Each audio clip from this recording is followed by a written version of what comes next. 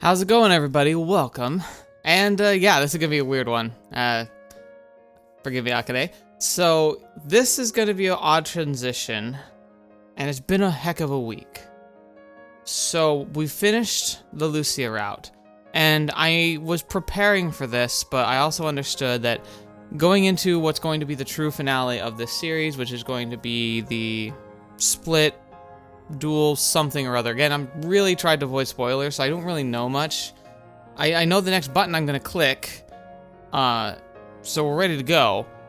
But to get ready for it, I had to finish the other two routes. And again, I need to touch on it because it's here. Why did I not play the entire game on the channel? Well, it comes from a place of love for the developer for the game, for this series. I'm already playing a lot of this game, and frankly, that's detrimental to from a developer and publisher perspective, because there could be a motivation here for someone to just watch this with me and that be the only time they experience the game. They don't get to support it.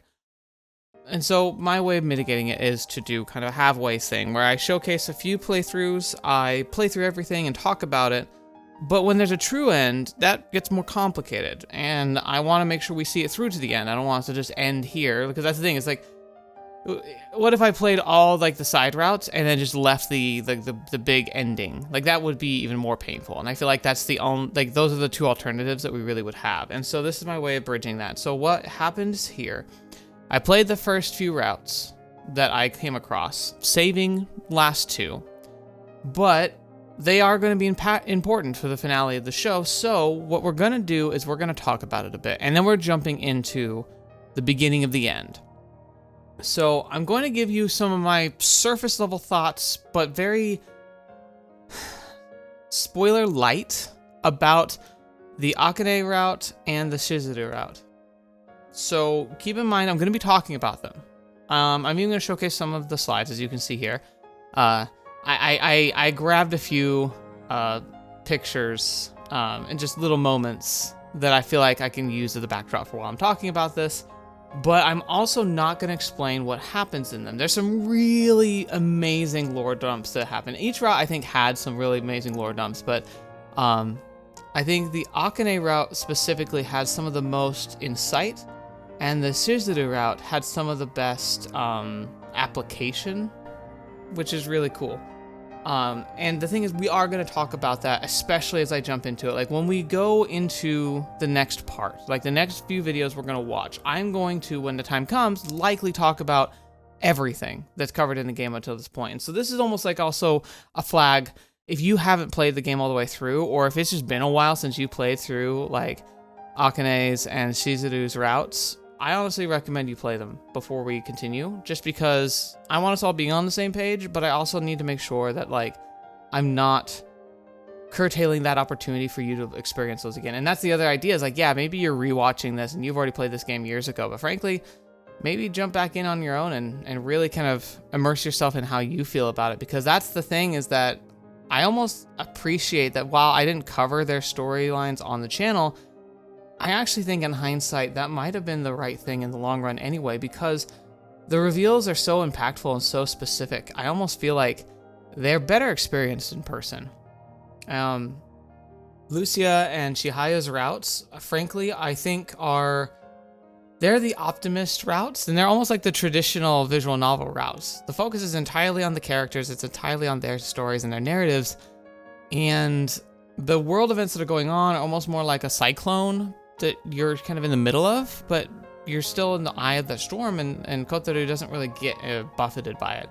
That really changes when you go down the Akane and Shizuru routes. Like, there you're in the midst of the storm. And in fact, they make a very particular point about making sure that you, if the first few routes that we covered are about establishing character and motive and fundamentals, the Akane Shizuru route talk about stakes, and the stakes are freaking ridiculous, and it's beautiful. But I'm getting ahead of myself. I'm going to talk about some of my general feels and some of the impressions I had, and we'll cover everything in great detail at the very end of it all, but I mostly am just going to cover some of the highlights and maybe some of the downsides, and then maybe some of the most important narrative things that I think are worth mentioning that aren't diving too far into it. So we're going to start with that with Akane. So the Akane route was interesting because I started it And I really didn't know what to expect. I assumed it was going to be focused on Gaia, and it was. But I was expecting it to be more focused on what it was that they were trying to achieve. But that's the thing, is like that didn't really actually, there wasn't much that was revealed. Maybe like some of the method behind it, but it really started breaking down some of the fundamentals about the head of the Gaia, and specifically the Holy Woman. The Holy Woman is a really, really important aspect of the Gaia structure, which really didn't come up before her route. And it's really fascinating to see that they broke it down in such a way. And I think the most important plot relevant factor that was there, and it became a theme for the whole thing, which I really think is an important theme, which is why I'm going to bring it up right now. Let's see, I got the picture, yeah. So one of the most important things about the Holy Woman is this concept that there are more practical and more adaptive applications for familiars than we kind of had before. We had hints of this, especially with Kotarou route, but Akane reveals that the Holy Woman is this really interesting enigma of a summoner who has projected themselves throughout time, and a big reason for this is the fact that what they can do is they can find somebody who's received essentially brain damage, so damage from an accident, or maybe they were born without a functioning part of the brain. Like, they're still alive and they're still functional, but there's some part of them that was permanently damaged and irreversibly damaged.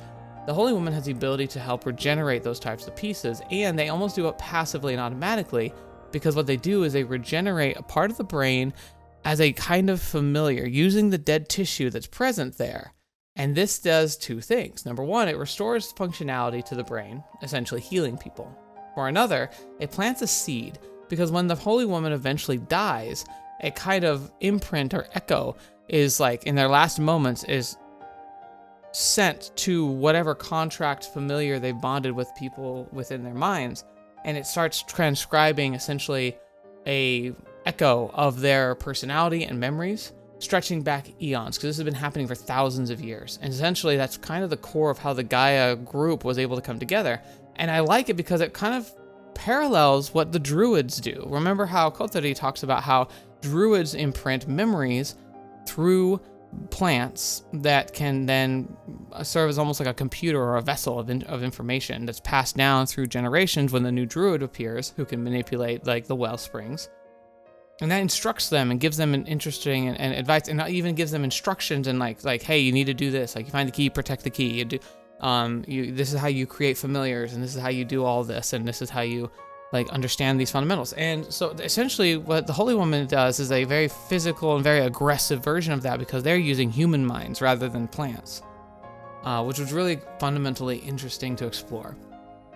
And I feel like the philosophy behind the idea that like, it's funny because like they always talked about how like they want to bring about the end of the world, but I feel like the best translation that Gaia gives that I actually really resonated with personally was saying, hey, we are part of this planet, but we're abusing it. We're treating it like a virus treats a human body, or a bacteria treats a human body. It's a place to spawn and expand at like whatever pace we want, regardless of the damage we do. And so their point of view is saying, hey, look, we know that the Earth lives, it has a life force, and it summons a familiar, the key, to judge whether or not the Earth needs to have a bit of a reset, whether it needs to purge and kind of start over again. And the fact that the planet does that kind of means we probably should let it do what it's here to do. They have a source of their philosophy comes from a sense of this dissociation from the planet. But you can't deny that, like, if the Earth has a functioning, part of itself that allows it to respond to stimuli, and it uses that to determine what to do next, it forms as a form of intelligence and intelligent decision making. Like, there's a good argument to be said there that perhaps we shouldn't fight that. I mean, I get you might want to for survival's sake, but I mean, we're the guests here, so maybe it has a point. It's really interesting and a really compelling argument to be made. And I feel like it does a really good job in her path, kind of painting this picture in a way that I found approachable, relatable, and frankly, compelling in a lot of ways. And I'll talk about a little bit more towards the end, but one thing that's really interesting is they talked about the philosophy of what leads to someone being capable of being a summoner. And fundamental philosophy that comes from that question that Akane gives you in the question is the fact that, like, if you had the power, would you change the world or change yourself? The idea is that summoners are the ones who want to change the world. The people who almost break when they are just overwhelmed with just how impossibly unfair the world is, when things are taken from you or life buffets you, and just the essentially the way existence has played out has been so cruel that you just can't take it anymore, and you wish nothing more than to be able to change the world, to make it a better place, and to fix the problems that you perceive. What happens is it breaks a part of you and it starts running off of your own life essence. Essentially, you start sapping your own energy in order to make miracles happen. And those miracles are extensions of you as familiars, which are you aren't strong enough, and so you push reality out and make your own reality and bend the planet's essence to your will, and that's what a summoner is. And I thought that concept and the philosophy behind it really, really cool, because it makes a lot of sense and explains a lot of the suicidal motivations that you see with Gaia members. Is these are people who have literally just given up on having a reality that they can trust. They've just decided it's time to move on. And that's kind of what the ending is all about. And this is just an idea clip of when the powers related to the key start running rampant. It's really interesting because it really does a good breakdown of the process and kind of what's going on and why, but in a way that's really compelling that I don't want to tell you too much about, because it's really interesting to see how it plays out. And I really highly recommend if you're whether you've never seen it or if it's been a while, go back and just pay attention to how the steps play out and why, especially compared to the other routes when we've seen the key be partially or fully engaged. The way things happen in the Akane's route is really telling, and I'm curious to see if there's a reason why there is a strong distinction between what happens in Akane's route and what happens in Shizuru's route.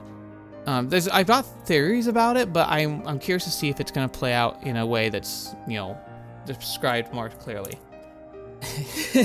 All right.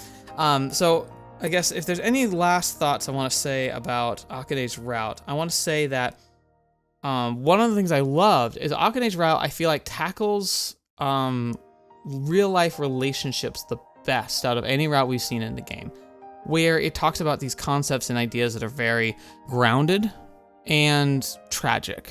And it just reminded me a lot of the difference between when you watch the Chihaya route. The Chihaya route's fantastic and it's full of so much love and emotion and just raw power.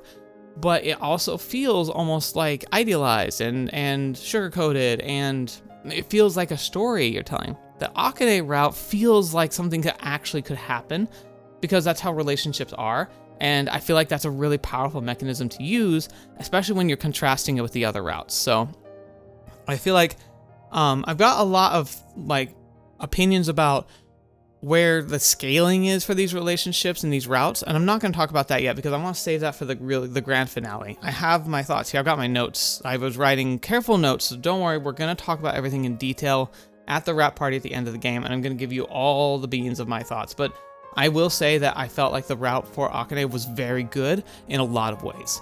And I have my own gripes about it as well, but they're not really relevant to today's conversation. Mostly, I wanted to focus on the idea that looking at Gaia's perspective, looking at the motivation for where summoners come from, and ultimately looking at what the Song of Destruction, which is essentially what brings about the end of the world with the key.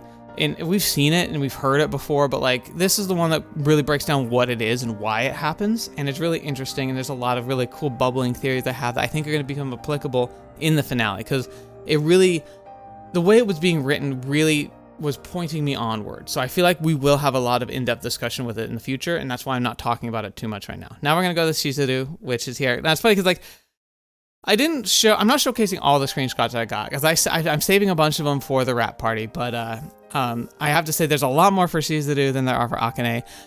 Mostly just because Shizuru's route is just fantastic, and there's a lot of love that went into it. In fact, I almost feel like there's a bias. I don't know if it's intentional or not, but I will say from the get-go, Shizuru's route was amazing. I feel like of the routes, two of them really hit me emotionally, really hard. And it's funny because they bookended each other. The first route with Kotarou really just destroyed my soul. It was really powerful, and to this day, still probably the one that emotionally just tore me up. Shizuru's right on their heels, though. Holy crap. I was like borderline tears by the end. It was amazing and painful and beautifully written. I also want to say it's really interesting because there's an interesting relationship, and I'm not sure if it was intentional or not. No, it must have been intentional. I just don't know how intentional. There's a very clear line of cause and effect and like association that is directly made in comparison between the Chihaya route and the Shizuru route. Not only in just general themes, but in actual practicality and even side characters. Gil and Penny reappear for the Shizuru route. I didn't expect that. I was surprised I hadn't seen them like in any of the other routes before now, and then to have them kind of come back in for the Shizuru route and being so involved with her route was really surprising to me because she is Guardian, and so I thought that was really an interesting choice, but I really liked it in the end.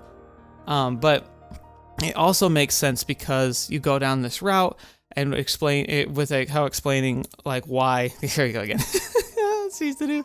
I really loved how they appeared in the routes where they make the most sense being. Now, I think that there's something to be really said about that, because I think based on just the way they played out, the way the writing went, I'm 90% sure off the top of my head that if the person who wrote the Chihaya route isn't the same person who wrote the Shizuru route, they at least had a lot of conversations, because it's very clear that those two stories are supposed to be very heavily associated, which I thought was odd, because I didn't realize that the association was going to be so strong when they're on different sides of the combat spectrum. I assumed that Chihaya was going to be associated most strongly with Akane, and that Lucio was going to be strongly associated with Shizuru. But instead it kind of crossed, and then Lucio and Akane didn't really have any crossing at all.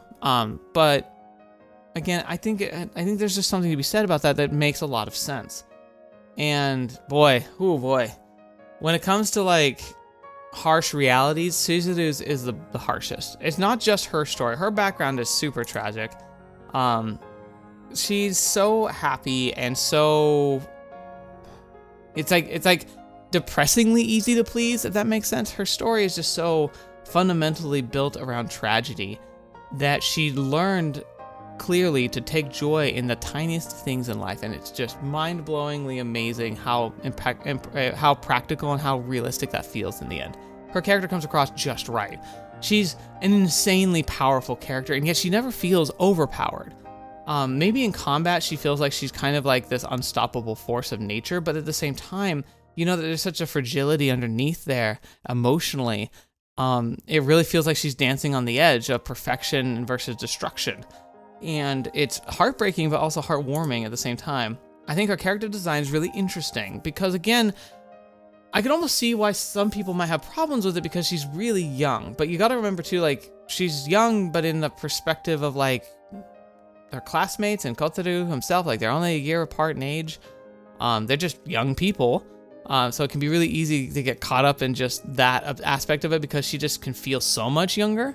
But that's because of her overall art design and some of her mannerisms. But when you get to her actual personality, you find that it's almost a deception, where she's very much a more mature character who's just very inexperienced. And that dichotomy is really apparent, where she has so much knowledge and like so grounded in wisdom and ability to self-sacrifice and to do the hard thing in order to make things happen, and yet doesn't know what television shows are on TV and had never experienced listening to music until Kotarou gave her like an iPod thingy-magob, whatever it is. Like she, until then, just kind of went through life kind of coasting, and then discovered music and easy accessible music, and it became her obsession because she was amazed that you could just have this around you all the time. It's one of those really interesting combos of just having a genius who's also incredibly sheltered and just kind of floating through. It's also super, super wholesome, like almost like sickeningly wholesome, because she's just so, again, innocence is really the key word here, where she has so much, like she's literally seen death, she's literally killed people, and yet she doesn't really understand what love is. She doesn't understand, and even towards the end, you even get these impressions that like she understood like the concept of something like a pregnancy, but she makes an observation about like seeing someone who's pregnant and going through like the pregnancy process and just being blown away by the whole thing, because she's like, wow, I didn't know it was like this, or I didn't realize that, or like, wow, babies are so interesting. It's like holy crap, like, it's such a fundamentally, like, shocking revelation to have a character who can be so knowledgeable about stuff, especially medical stuff because of her powers, and then have such little knowledge about just normal everyday things.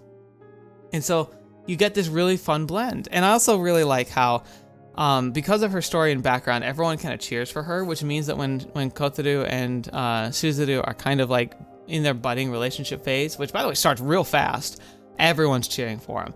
Pretty much everyone supports them. Even Lucia, who's like really vocal, is ultimately actually supportive, but she's just supportive of her friend over Kotarou and wants to make sure like that he doesn't hurt her.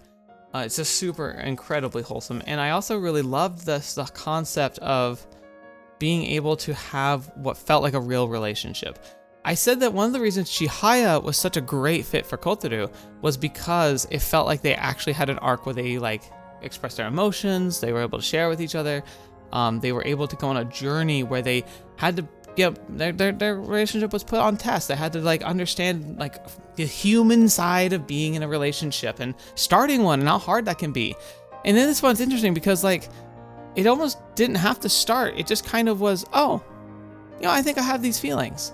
And she kind of already had those feelings and didn't know what to do with them or even interpret them. And so they both kind of just started at the start point. Like, it's almost like when you're playing a board game and you both start at the beginning, it's like they kind of just like, boom, they're there.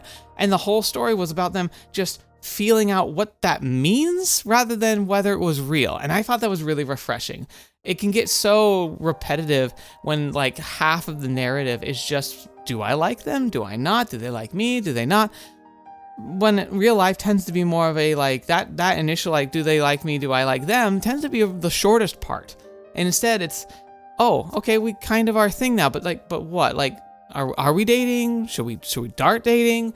What do we define ourselves as? I mean, we're clearly like close, but like, are we a couple or not? And like, I loved that whole hesitation. It felt very real, felt very grounded.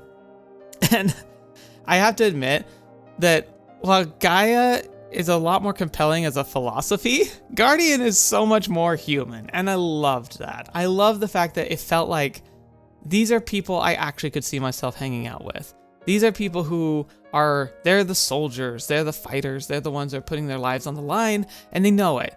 All of them get together realizing that we might never see each other again, and so they talk, they play, they love, they cry, they do all these very human things. And I think that it makes them fantastic representatives of fighting for humanity, as flawed as humanity is. Far from perfect, and I do think Gaia had a lot going for it as well, but Gaia as an organization was a lot more backstabby and a lot more like, you can't trust anybody. Guardian was more like, you really felt like you could trust everybody. Now that could get them in trouble. That's what we saw with Lucia's story, was that trust can make it so people can take advantage of it. But when it came to the grunts who are actually like on the street working, absolute brotherhood. Absolutely could feel like they had your back, you had theirs. And even fighting such terrible odds, it feels like that would be worth fighting for and going through. I really loved that. I also just love the thought bubbles of Shizuru. And I will say, like, I'm not going to go into the endings, of course. There's a lot of really crazy good stuff that happens there. But I do think a big point for Shizuru and Kotarou is that throughout their story, they made it very clear, like it was very clear from the beginning, that they had a pretty strong connection and bond. I saw it as a sibling-like bond. But that border of crossing from sibling to, like, in a relationship actually transitioned really well.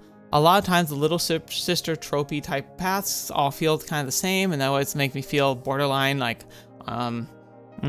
questionable. This one didn't, not at all. In fact, it felt so natural. I actually have to admit, I have some pretty strong comments about like Shizuru and Kotarou as a couple that I'm probably gonna save my ultimate thoughts for the wrap party, but I have to say, of all the relationships, I think theirs is the one that works.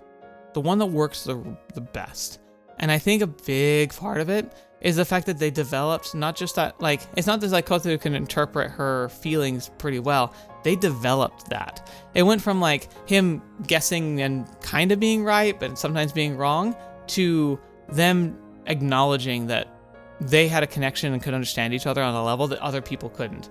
not Nishikyojo, not the other members of Guardian. They would struggle to communicate with Shizuru sometimes, but Kotarou, by the end, he's like, boom, I know exactly what you're talking about. I know exactly what you're feeling. And it becomes a big plot point, too, which is really cool. So absolutely, hands down, give it your love and attention. The Shizuru route, it's oddly short compared to the others. Either that, or I just got so absorbed into it, I blazed through it much faster than I went through any of the other routes beforehand. Like, it wasn't short as like in a bad way. It was wonderful. It's brilliant. But I was not ready for the end when it came. I was like, oh God, it's happening. So yeah, that was rough, but it was really powerful. And okay, now to go to the reference of notes. If there's anything. Oh yeah. So I talked about before how Gaia explained how the desire to become what helps build a person to be a summoner, someone who gets so so detached and desperate about the world that they want to just force the world to change to make up for all the horribleness that is out there. Guardian and the superhumans that come from it are the other way around. They're the people who are like, I'm so desperate to fix things, I'm willing to sacrifice myself to do it. And they turn that power inward, so they devour their own life force to give themselves superpowers. So these superpowered people, they kind of are like X-Men mutant type situation, but they cannibalize their own life force to do so. And that's really, really interesting as a concept again. And I do have to say, so the fundamental thing that really I need to send across to you right now is that what I think is going to become a major theme for the finale, the biggest thing that came through, especially with reading these two paths, but then considering everything else, I think that Gaia and Guardian, the summoners and the superhumans, they're fundamentally the same thing. And it's interesting because that idea actually came from Akane's route as well. In Akane's route, there's a character whom we see utilizes self-enhancement familiarization. Like, they use their own body as fuel for familiars. I'm not going to go into the details because it's a pretty big spoiler for some of the major events that are happening towards the end. So I'm just going to say the fact that we see that people can use the ability to bond and create familiars in a personal way, like on their personal selves. Like, that's really reminiscent and echoes what the ReWrite ability is. And it made me think about that. And it's like, oh yeah, Sakuya and Kotarou had this connection, being like how Kotarou has this ReWrite ability was similar to what Sakuya has, and he rewrote himself into a familiar. Like, he went from being human to being a familiar by slowly just converting his internals into becoming a familiar, like, essentially forever. And that whole process was really interesting.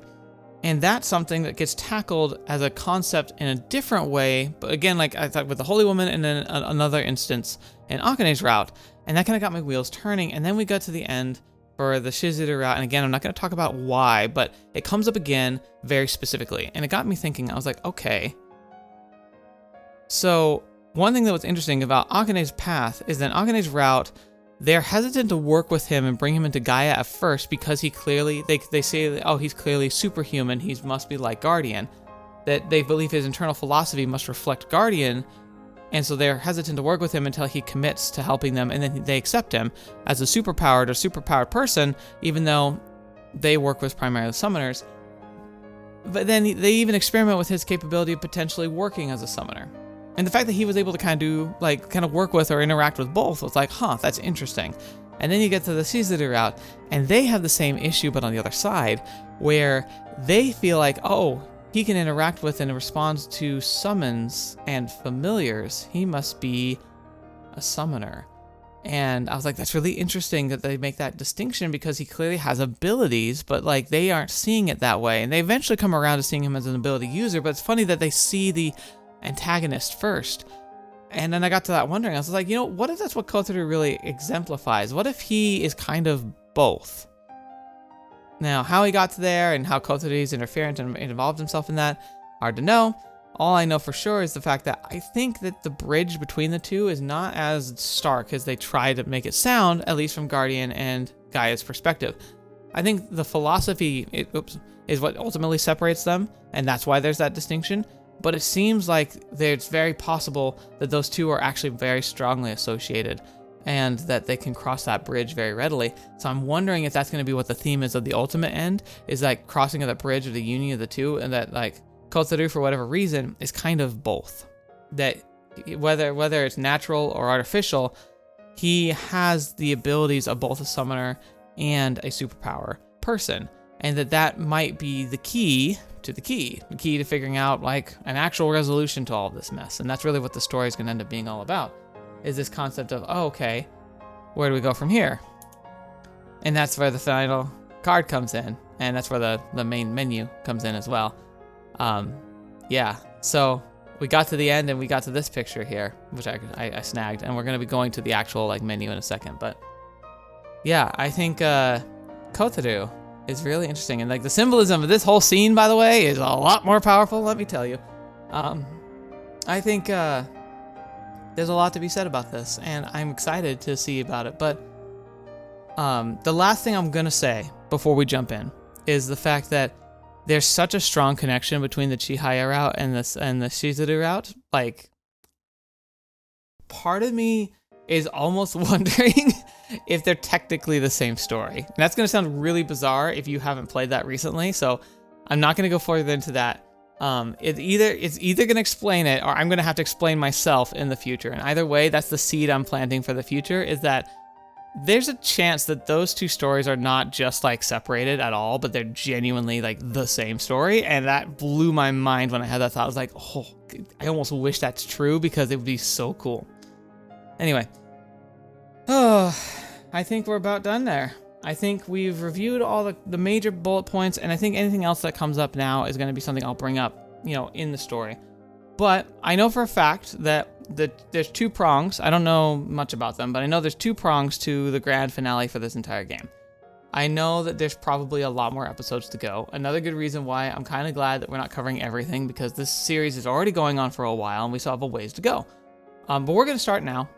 And I hope you don't mind, especially because like it might catch people off guard. I could technically end the video now, just be 30 minutes, but I feel like we should at least get it started, make this a full hour long, and yeah, we'll make this more official, I suppose. So thanks for listening to the rant. I hope you don't mind. I kept it vague. It was on purpose. And yeah, I've got plenty of thoughts to share. I just don't want to share them all at once, because I want to give everyone an opportunity to make sure to play the full game as we get ready to launch into the finale for whatever. And whatever you agree or disagree about it, that's fine by me.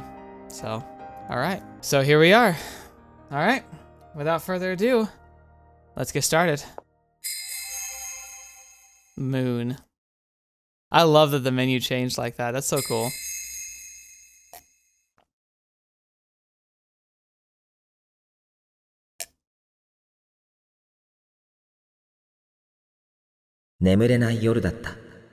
Kotarou is so loud.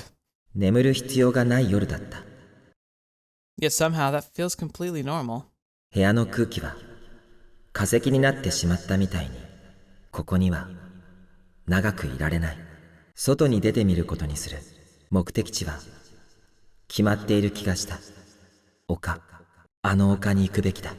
薄ぼんやりとだが、今の俺には分かることがいくつかある。知識ではなく、なんとなくそうだという判断が頭に浮かぶ。まるで起こることを予知しているみたいだ。Okay, interesting. 未来の出来事を未来、その言い方は正しいのか。過去とか未来とかいう単語が今正しくない。気楽な学生にとって戦争や諜報活動といった単語が遠い世界の出来事であるのと同じに。So I noticed, like, every time we've started the game again, the monologue at the beginning has meant more and more meaningfully, and it talks about like how like I'll start again, I'll do it again, and the story's name is ReWrite, and now it's really kind of feeling this meta form. Is like, are all the routes we played through simulations or potentials or potential paths, but like somehow Kotarou is able to be like away from it all? It's interesting. 待て待て。今日は何日なんだろう。何月何日とか。そういったものと切り離されている気がしてならない。あらゆる今でない時間、あらゆるここでない場所、それが今夜なのだろう。そんなところを俺は歩いている。They walks in a time lock. うまく説明する言葉が他にない。今夜と記述するしかない。Coordinates. そう。座標がずれている。わからんか。俺もわからん。Still, what a beautiful night it is. Alright. Oh, we're just leaving the timelines. We're just existing outside of them, huh? Interesting. Oh, wow.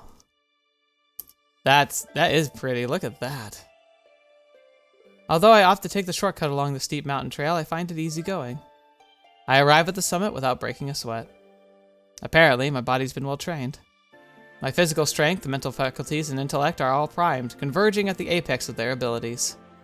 Converging? That makes it sound like there are unknown multiples of me coming together. I'm a mystery to myself.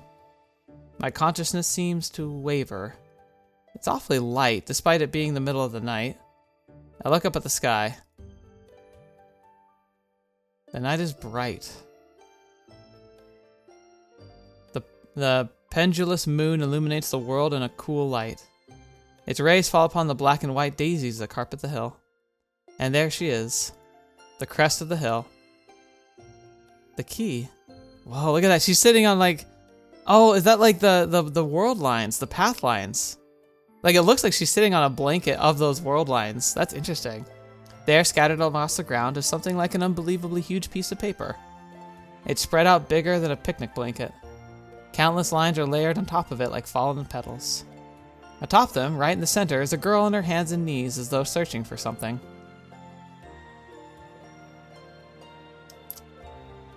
Hello, Miss Key. That's the thing. I guess I forgot to mention that one time. The only path where we actually talked to the key, like truly talked to the key, was in the Shizuru route, which was the last one I played. The first time we really had a meaningful conversation with her. She talked a couple times, but not like that. An electric current jolts through my brain. I think I know her.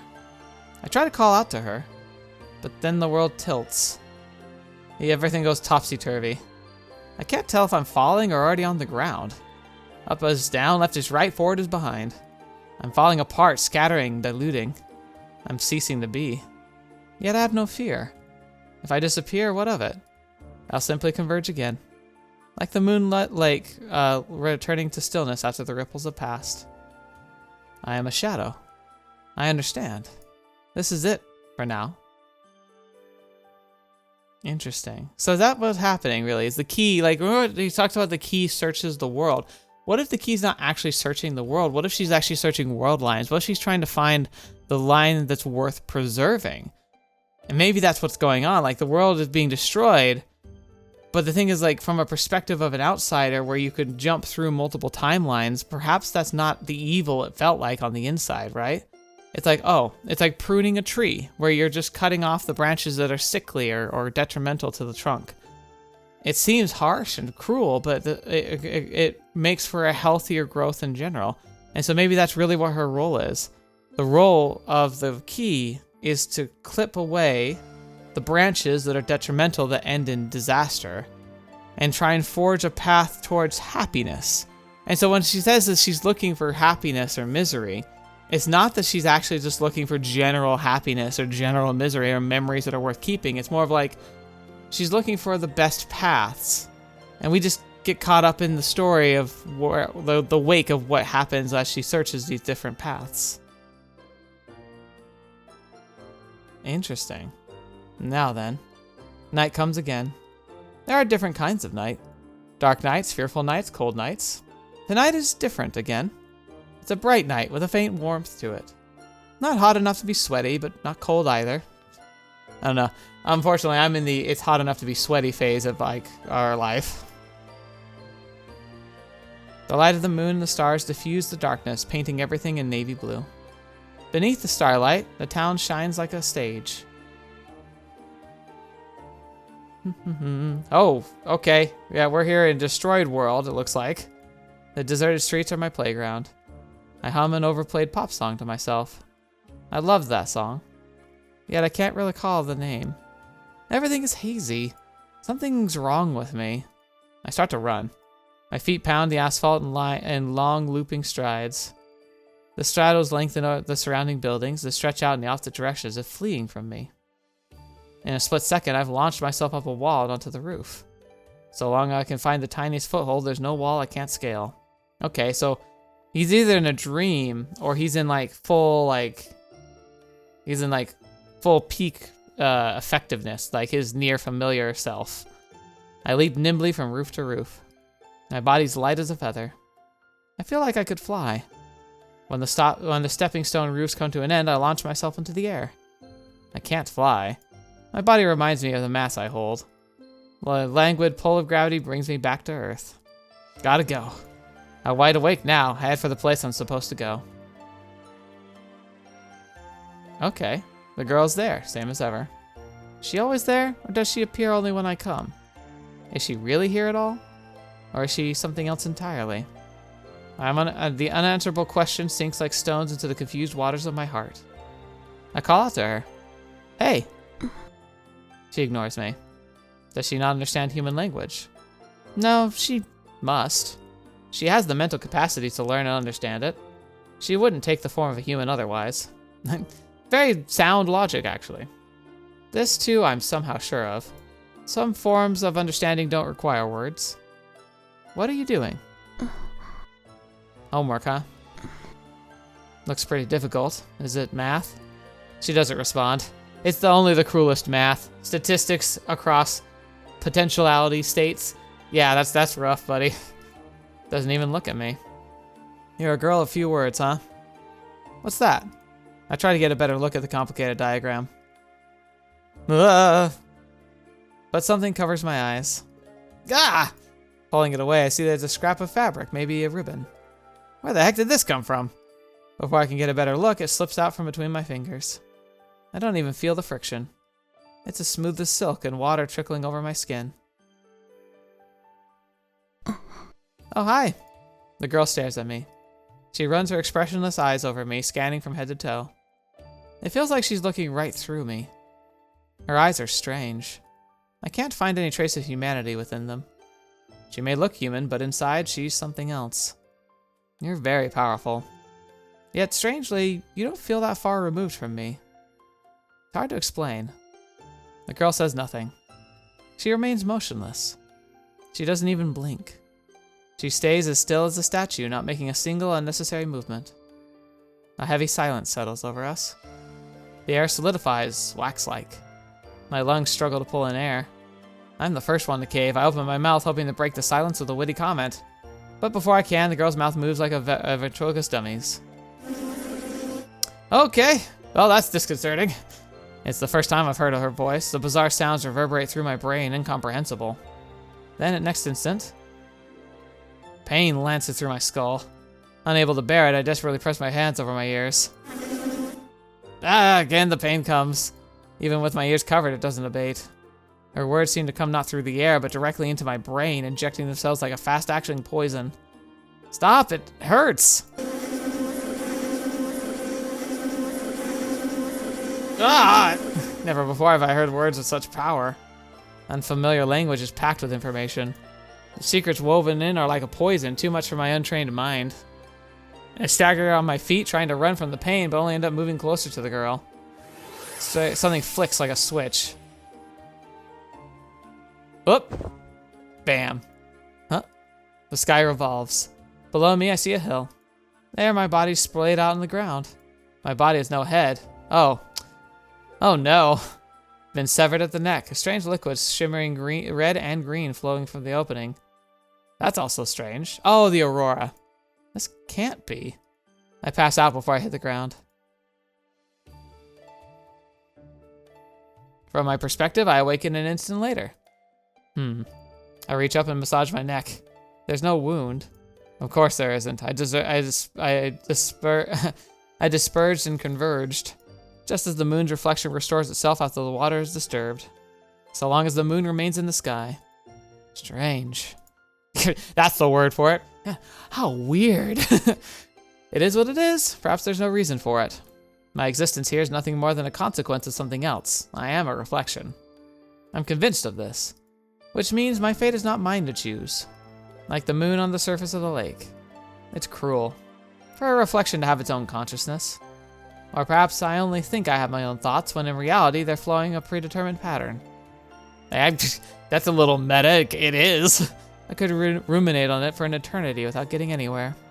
Besides, there are things I need to do. When I ask myself what, I know at once. Go see her. It's my one and only fixation. You know, Kotarou's one of those kind of people who, you get something in his head, he won't stop. She's there, as always. Sensing my approach, she looks my way. Hey. My greeting drops like a stone between us. When I come to a stop a short distance from her, I notice the ribbon tied around her wrist fluttering. But there's no breeze. The ribbons fill me with unease. There's about 30 meters between us. I get the sense that if I try to move any closer, I'll regret it. Are those ribbons weapons? She doesn't seem to have anything else on her that could serve as a weapon. The ribbons billow menacingly in the air. It's funny because like it sounds, that's a line that like out of context would be like, that's a weird way to phrase it, but then you see what these suckers could do and you're like, oh yeah, no, I get it. Like a threat. They seem to multiply before my eyes. Now there are dozens of them, each alive with their own individual movements. Their squirming, roiling mass is like a living thing. It fills me with disgust. What should I do? Tentatively, I take a single step forward. At once, the many ribbons come together to form a sharply pointed blade. When I step back, they separate back into their original form. If I try to get any closer, I'll be sliced to ribbons myself. Hey, at least I warned you. Should probably flee now, for my own protection. But there's nowhere worth running to. The town is deserted. I won't find anything new. All I can do is come to this hill. This one place with its unique quest. What would I usually do in this situation? I cast my mind back over my own history. Surprisingly, I seem to have what could be memories. And a huge number of them. They're all old and faded, but I'm sure they're memories. Among them, I remember that I was called Tennouji Kotarou, and the warm world I was in, and the days I spent with so many other people. And I remember what I'm supposed to do. Talk to her. A dialogue. I have to understand her. And at the same time, I need her to understand me. Oh, interesting. Is that what the plot of this is going to ultimately be? Is Kotarou is kind of be an emissary to actually talk to the key. Because everyone talks at the key or expects the key to do things. But maybe there is a chance we can actually communicate with it. I'll feel around for the thread between us. And once I find it, people will have peace. And then I'll understand what I need to do next. Are you alone? The girl gives no response. There's no flicker of emotion on her face. It's the mask of someone who knows neither joy nor anger. Aren't you lonely out here by yourself? Don't you want a company?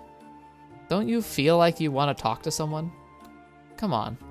A single ribbon unfurls, floating towards me. Both the girl's wrists are tied with ribbons. They look like handcuffs, but their elasticity means they can't serve as restraints. The ribbon brushes my cheek. Keeping as still as a statue, I go on. I'm Tennouji Kotarou. You can just call me Kotarou. I know we've only just met, but I don't go for formalities. I prefer to keep it casual. So, what's your name? Hovering in the air, the ribbon trails down my chest to my stomach. I just arrived here, so there's a lot I don't understand yet. I'm not here to fight you. So why not have a chat with me? Since we're both here in this place together, we might as well be friends. The ribbon splits apart in the middle, forming into an arrowhead. Uh-oh. And then it pierces my chest. Oh no. It rotates like a drill, burrowing into me. When it pulls back, it brings my heart with it. The organ is still pulsing. Cool. That's great. I love seeing that. Looks like one of those fake heart models you see in the biology class. Yet this is the real beating organ that sustains me. That's mine. I reach out for it. The ribbon squeezes and my heart bursts with a satisfying pop. Everything tilts.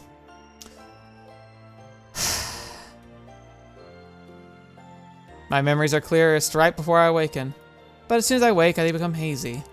It's like forgetting a nice dream as soon as I wake from it. They vanish and awaken again and again. An endless cycle of dreams and night. An infinite loop of memory and unreality. I try innumerable times to talk to her. I can't claim she's an active participant. Oftentimes she ignores me, indifferent to my attempts to chat. My goal is mutual understanding. But can such a thing really grow between us? As I wander, I come to recognize my own contradictions. There's no consistency in the dreams of the myriad memories I see just before waking. Once I had a house with Kotori. We were married. It was wonderful. That life I had with Kotori. Of course, it wasn't easy. It worked really hard to make it a reality. However, in another memory, I was married to an office worker named Hamada Michiko. Who was she? I remember her as someone I met at work when I was around 24 years old. We hit it off talking about spiritual experiences and started hanging out. She was seated next to me at a work party. We suddenly started dating after I jokingly asked her to be my girlfriend. That sounds like a Kotaru way to do it. I wasn't really being serious. We decided to give it a go, although I figured we'd break up pretty quickly. It didn't take long for it to get serious. Love blossomed between us, and 2 years later, we were legally married. We saved up money, held the ceremony a year later, and along with our little boy. Lots of people attended. Our colleagues, bosses, friends, and relatives. Our eyes were filled with tears of joy and gratitude. Something occurs to me. When was I married to Kotori? I must have been around the same time. Conflicting memories of the same period coexist in my mind. And they aren't the only ones. When I trace my way back through my mind, I find multiple memories. With Chihaya, Lucia, and many, many more. With Akane and Shizuru, my lives with them seem somehow shorter, and it takes some time to follow these paths. Sometimes I lived as an ordinary citizen. Others I was a warrior. A warrior? I have memories of myself with a gun in hand, battling monsters across a devastated land. The fall of civilization, remnants of Gaia, familiars, hunters, and all those worlds filled with fantastical terms. I did things that would put most light novel protagonists to shame. And I recall many other lives as well. I recall them all not as fantasy or delusion, but as actual lived experiences. I start to think I might have been reborn again and again, living a different life each time. But that's absurd. Yet I can't think of any other way to explain the inconsistencies. So I decided to put it back on the shelf and focus on what's here before me right now. On my conversation with the girl who watches over the diagram. She's a formidable enemy. I can't seem to get through to her no matter what I say or do. So yeah, it's like we are looking at a convergence of type. It's really interesting because I always relate things back to Muv-Luv, but if you're a fan of Muv-Luv, it reminds me of the description of what the 000 unit is in functionality. This idea of being able to have a perspective where you can see kind of like the paths that the world can take and has taken all at once, and being able to kind of work with it somehow. Time and again, I've met my death at her hands. I've tried every approach I can think of. All have ended in vain, all have ended in death. Yet every time I come back. Humans crave interaction. They strive for understanding with one another. But she's different. She exists here in this uninhabited world, taking the form of a person, yet without truly being one. Humans grow through their contact with other people. There's only me here. It's gonna take some time. Oh, it looks like we have eternity, so I die and die and die again. Sometimes I wonder if it's all a dream. It's strange how my willpower never wanes. There's clearly something wrong with my mental state. I'm not right in the head anymore. I get the feeling I'm being controlled by something. Am I merely the echo of a past that's already happened? The same as a reflection of the moon on water? No matter how many times the water is disturbed, it comes back. The moon carries on being reflected. Then doesn't that make everything futile? Might as well try something more drastic then. There are still several things I haven't attempted yet. For example, a hostile approach. I don't think that's gonna work. I'm sure I could do it if I so desire. I focus my mind and slit opens across my right wrist, and several growing vines snake their way out from it. They intertwine, wrapping around the back of my hand and solidify into 3 ordinary blades. Am I going to fight? Am I going to attack the mysterious girl with these overwrought weapons? What change will this cause? I relax. The blades vaporize and disperse. If I'm doing it just to get her attention, it basically amounts to harassment. That's a discouraging thought. Still, it's something I haven't yet attempted. Might as well try. I'm fed up with the stasis. I crank the gears in my brain, coaxing the rustling cogs back to life. Now then, how should I go about this? I take out my cell phone. Hello, can we help? How can we help? The hotline. I want to get to the attention of a girl. Use smooth talk. Smooth talk. I nod, understanding. He's going full like Okabe on us. People with good interpersonal skills know exactly how to use words to their advantage. Having your flaws pointed out to you is more useful than compliments, so I prefer to receive constructive criticism. Right, exactly. Perfect. This is exactly what makes one a respectable human being. I don't keep secrets from anyone. I don't think there's a point in a relationship built on lies. Your real friends are the ones who tell you like it is. Nice. That's perfect. And then the other person will think the following. This guy is a straight shooter with a heart of gold. This is that? Maybe. But living according to instinct would make us no better than Neanderthals. It's our ability to fake it. Proof of our civility? This is all very useful. Now I'll try and come up with my own words, and then I'll stir her heart. I carefully fine-tune each word to ensure it rings true. I'll tell the prettiest lies. I'll become someone else for somewhere else. And I'll make her heart mine. Listen up. I approach the girl. I flourish my jacket, twisting the ribbons up as they try to attack. Success! I get as close to her as I can before she can launch the next attack. When I get within 5 meters of her, the ribbons coil around my body, restraining me. But I'm pretty close enough for my voice to reach her. I'm desperate to get to know you. Can't we be friends? This time seems to stop. No, it's been standing still this whole time. Please tell me your name. I'm sure you and I will hit it off. We're very different people, but if you'll just talk to me, I know we can understand one another. So please don't be scared of me, baby. Why'd you have to throw the baby on there? Crap, I got a bit carried away there at the end. Well, I managed to get my speech out, but tension lingers in the air. The world is frozen. There's no change in the grow. Did I bomb this? I start to sweat from the pressure. What the hell possessed me to say something like that to a supernatural being? Abruptly, the ribbons start to constrict around me. I can feel the incredible power coursing through the soft fabric. Feels like magma flowing beneath a thick crust. Uh-oh. Calling you baby was the bad step too far, wasn't it? The ribbons tighten their grip. Oh, she's pissed. They're strangling me. The ribbons lift me to the air, suspend me several meters above the ground. Wait. Slice. The resistance is futile. My head is cleanly severed from my neck. My limp, lifeless body thuds to the ground, landing in a crumpled heap. My head joins it a moment later, rolling down the hill. Dude, that's nasty. I'm used to death by now, but this is a particularly crappy one. My consciousness is fading fast. I just have to tell her how I feel. Good grief, man. No other approach has garnered a response. I decide to throw whatever pickup lines I can think of at her. I've been super into you since last year, so wanna go out? Something casual, but with a sense of inexperience. That's the tone I go for first. The result? Slash. Got killed instantly. The chick's built some thick walls. You can't stop my love! Slick. Hot-blooded approach, total bloodbath. Jatabe! Swoosh. No! The international approach, no bueno. Did I mess up the grammar? Play with fire and you're gonna get burned, darling. Boom. My loins are aflame! She made her thing explode. The I'm a man approach obliterated. Huh, something similar to magma rushed on ribbons that time. Each death is pitiful as the last. Nothing's working! No matter what I try, it doesn't entice her into a conversation. Every time I get close, she automatically removes the unwanted intrusion. It's the same as before. I don't even know what I'm doing wrong. What now?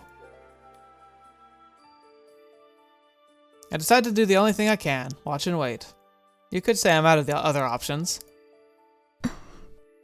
As long as I don't make any moves toward her, she won't attack. What is it I want to do here? Here in the deathless world, I stare endlessly into her face. It's just the same as when we lived in the real world. All the strength leaves my body. I no longer trust myself to speak. After all, it never ended well before. I'm just spinning my wheels. I open my mouth and speak to no one in particular. If I'm being honest, all that stuff about love was a lie. I'm the kind of guy who always puts myself first. I think I'm pretty cute and important. I help people. If I come across people collapsed in the street, I'd help them up. It makes me feel good. I did a good thing, which makes me a good person. Helping people feels good. It's true, but it's funny because like he's pointing out like the inherent selfishness that comes with being a helpful person. Like, even those of us who are trying our best to just be good people, are we doing it because we want to be good people or because we like how it feels to be a good person? But I don't actually care about the other person. It's not like I'm genuinely concerned for them. It's all about my own satisfaction. They're selfish good deeds. I think there are a lot of people out there like me. In fact, I don't think there's anyone who'd help someone else without a sliver of their own pleasure. But that isn't the problem. Every living creature seeks to fulfill its own desires. The prime goal of life is self-fulfillment. Then why do the means towards self-fulfillment amount to nothing more than smooth talking? I work through the idea, turning the thoughts over in my mind, scrutinizing them closely. I send my words up to the sky, but they come back down and burrow inside me like an invisible hand.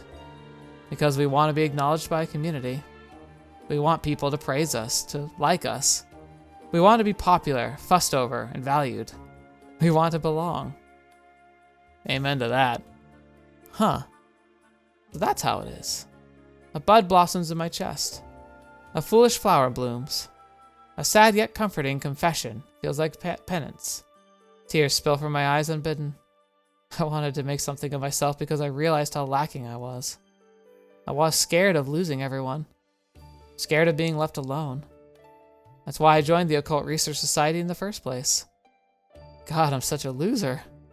I was just desperate to be liked. And when I found someone I liked, they liked me back, all those worries left me. Then I melted into the world, but for some reason it was the world itself that melted. Maybe I was unhappy with my weak, pathetic little self. But you know what? Now that I've made something of myself, I don't regret any of it. Once you've self-actualized, there are no regrets. When it comes to the person you love, nothing else matters. Not even the end of the world. What's wrong with that? Everyone thinks the same way, right? Why am I the only one who's been dragged out here? Why am I the only one here? I grab a tuft of grass in my fist. I tear the blades and throw them into the air. I feel as though I'm being blamed for something. Lived and died, struggled through my human life. Every version of me. I was just one tiny insignificant human living my life, that's all. I know I got involved in some crazy stuff, but it was only ever playing the supporting role. I was just one person. Why am I the only one who's been banished to this place? What about Kotori and Shizuru and Akane and Chihaya and Lucia? What about Mr. Eska and the old bat Kashima? They were all way more influential than me, weren't they?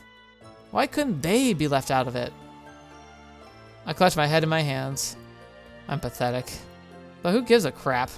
There's no society here, no community. There's nothing to lose from being my true self. This is the real me. A timid, cowardly speck of a soul, scared of what others might think of him. Yet I never asked for much. I hated myself. Fetch me! That's a mood. That's good grief.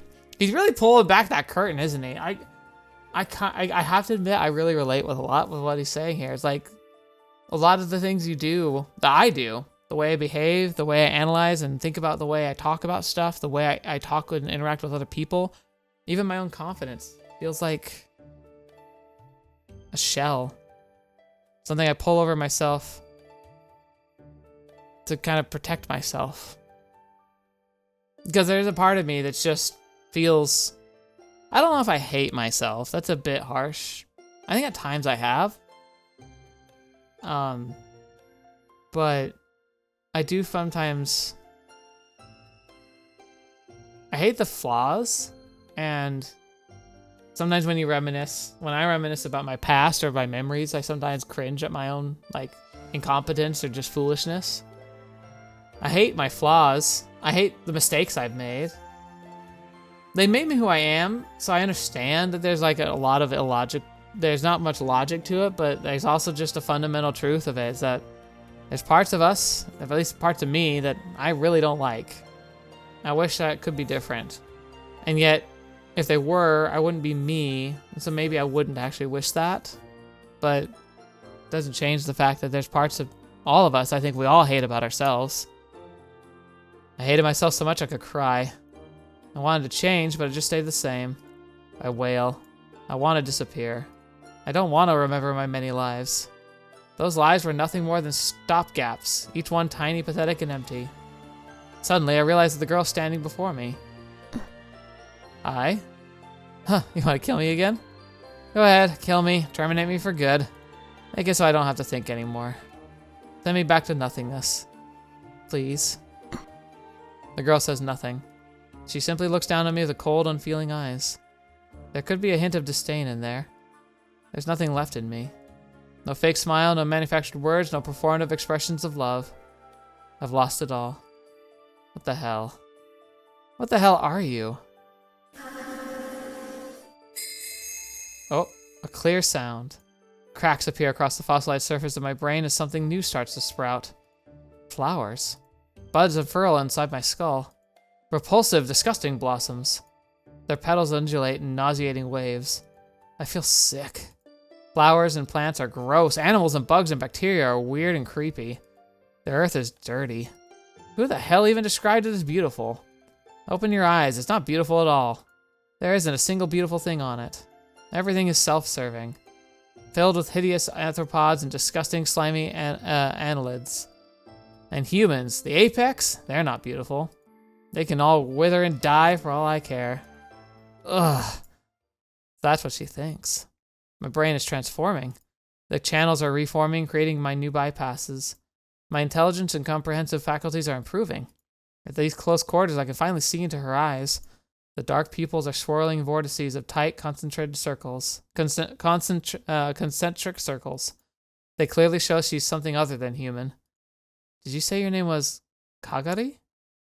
No, she didn't say that. She sounded it. Kagari isn't a name of an individual. It's a reason. It's a resonance that denotes existence. A sound effect? I don't know. It's impossible to explain via human language. It's like naming a hurricane by the thunderous roar of its winds. But there's nothing else for me to call her. The name of this phenomena taking the form of a girl is Kagari. I wipe away my tears. Was it my words that spurred this, or my behavior? No, it was your honesty. You let the veneer fall and you became who you really were. And I think that's the thing, is I think she sees lies. I think she can tell when people are lying or deceiving. Even like the minor little ones that we use just to function in human life, and she probably finds it disgusting. That might be why she never bonds with anybody. But when Kotarou let that facade finally fall, she finally was able to talk to him. After I abandoned any hope of having a conversation, did my expression of my truest feelings spur this Kagari girl thing into action? My brain has reached its limit. Consciousness fading, actions depleted. Kagari looks down at me expressionlessly. The flowers carpeting the hill shudder mockingly. They're daisies. A hill of black and white daisies.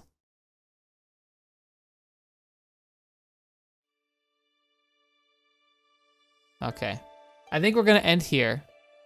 We've got a bit of a setup now, so now next week we can focus on maybe making progress now that we have a name. Kagari. Kagari. Interesting. So we'll have to see where this all plays out. Love the idea of him like having all these different existences and having been married and in relationships with all these girls. Like we just got peeks into the myriad of like life paths that he's been able to be on and see. And so it's almost like he's got his own little miniature card version of what she, I think, is looking at, where she's looking at world lines, like an infinite world line possibility chart. And he's got like a tiny little note card that's just the Kotarou infinite world chart. And he can see that, and it's really interesting. Yeah, color me impressed. I'm excited to see how this plays out. Wonder how much, like, is the moon going to be this, like, whole scene? Like, are we just going to be here in this world for this, or is it something else entirely? I don't know. No spoilers. I'm just thinking out loud. But yeah, the music's fantastic, as always. I'm excited. So thank you so much for listening to my, like, essentially a TED Talk for the first half. And I'm excited to continue the story. We're at the beginning of the end now, so let's continue the march forward and see where it takes us. This field of flowers, this hill with a big tree. Why is it always a big tree? Which tree is it, I wonder? Trees are really meaningful in this series, in this story in general. Like, a single tree at the top of a hill seems to be a recurring theme in a lot of different stories, but trees have really powerful meaning in ReWrite. So, very, very interested to see how that, like, and consider all these like potentials and these like reflections. It's cool, and I love trees and forests too. So, like in general, like I see a lot of beauty in it. But yeah, we'll have to wait and see how it all plays out. Thank you so much for being here today. Thank you so much for joining me on the channel, for being a part of this journey. I'm looking forward to hearing your thoughts about this, especially when we get towards the end of the story. Obviously keep the spoilers basic, if none at all really. But yeah, we got lots to do, and Harvest Festival on the horizon. There's a good chance we're gonna play the Harvest Festival game when it comes out. I don't want to make a promise on that yet, but I'm pretty sure that I'm gonna want to play the Harvest Festival game when this is over, because this is, I can see why people like this game so much. I can definitely see it's working its way up into the charts of like my top 10. Like it's getting up there. I don't think it's really come close to Fata Morgana or Muv-Luv yet, but it's working its way. We'll see. Maybe it'll deliver an ending so powerful it'll throw it right up into the frontings of the top 3. We'll have to see. But I'm excited. Thank you for your support, for watching the video, likes, and all that good stuff. Like, it helps this channel like mine so much. It means the world to me. It's so much more. It's more important than you could possibly realize or comprehend, especially for a channel like mine. So I appreciate it if you're willing to share it.